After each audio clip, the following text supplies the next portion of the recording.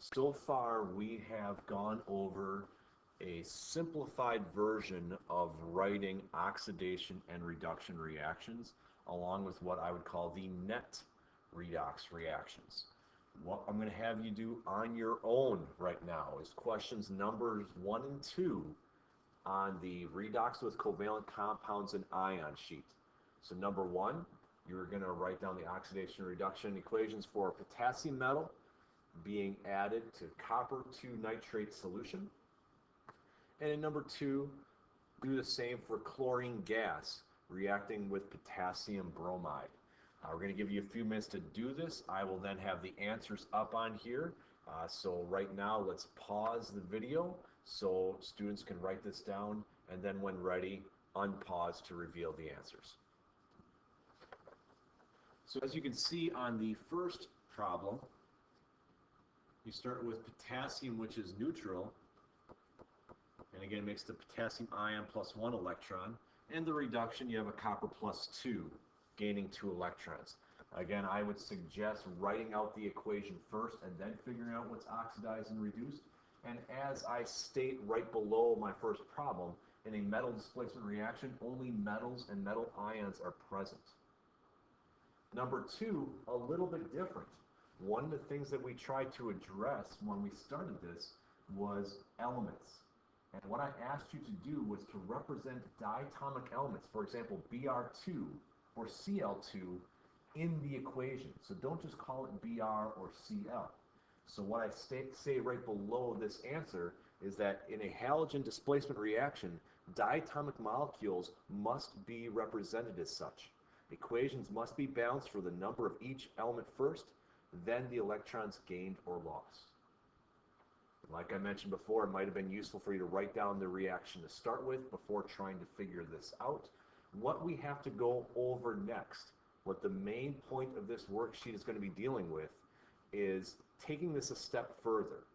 Where we didn't separate the Br2, well, covalent things we're not allowed to separate as well. So as it says in bold in the middle of this sheet, for redox reactions involving covalent compounds and ions, even though as we do oxidation numbers, only one element will actually change, we need to show the entire compound when we do this. And then in all caps and bold, when writing redox, you cannot break a covalent bond. For example, let's look at the equation given to you in 3A.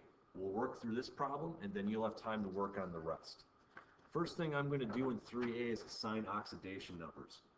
For example, the oxygen in this bromate is a -2. And since that's a negative charge overall, the bromine must be a +5. Recall iron by itself must be 0. Hydrogen is a +1 is a +1. And iron +3 tells you its oxidation number. Bromine -1. Hydrogen's a +1. Oxygen's a -2. So what that shows me is that the iron is oxidized. The iron starts as a 0, and it becomes a +3, which means it lost 3 electrons. Remember, balancing charges on the left and the right side of the arrow is important. Now the tricky one is the reduction equation. By looking at oxidation numbers, you should be able to tell that the bromine starts as a +5 and goes to a -1. It is what is reduced. However, we do not break covalent bonds when we write redox reactions. Therefore, I have to call this Br03 with a minus charge. Now, notice I'm going to leave myself a little bit of space before I write down the Br minus.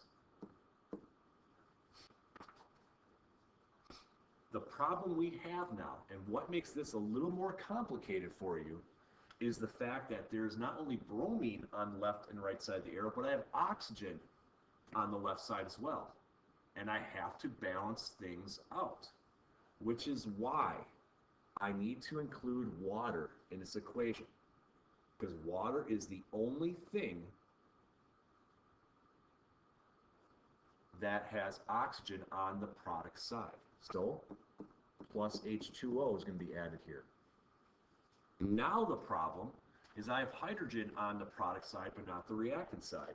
Well, I have a source of hydrogen on the reactant side. That's my H+. Now I have the correct elements on both sides. I can try to balance this. Looking at this, I have 3 oxygens on the left side. I'm going to give myself 3 oxygens on the right side. That gives me 6 hydrogens on the right side.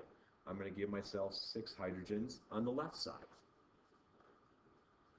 Last thing to remember is this is a reduction equation. Therefore, I am gaining electrons. How many electrons am I gaining? I have to use the charges to figure that out. And what I mean by that is the bromate, the BrO3-, has a -1. 6 H pluses, that gives me a net of a +5. That means in order to get the -1 on the product side, I need 6 electrons here. Again, this is a little more unusual because what you're doing is first identifying what element is going to be either gaining or losing electrons. But recall that if it is a covalent, like a polyatomic ion, like the BrO3-, there we cannot break it apart like we used to do. We can't just call it Br + 5. That was the simplified version that you were taught, but now we have to take this a step further. The last thing to mention about these 2 equations is we can write down a net redox reaction. This net redox reaction is going to be very useful for us in the coming weeks when we are dealing with things like titrations that are redox titrations. So recall, to do a net redox, our number of electrons lost and gained need to balance out. Therefore, I need to multiply this top equation times 2. So my net redox, and I'm sorry if I'm running out of a little space here, would be 2Fe plus the BrO3- plus the 6H plus arrow. Again, I'm just going to go right below here because I'm running out of space. 2Fe plus 3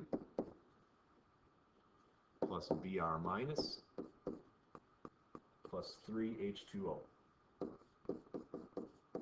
This method, by the way, because notice I have the same reactants and the same products as I have up in the top, this method is also useful to balance out an equation like you see in the top.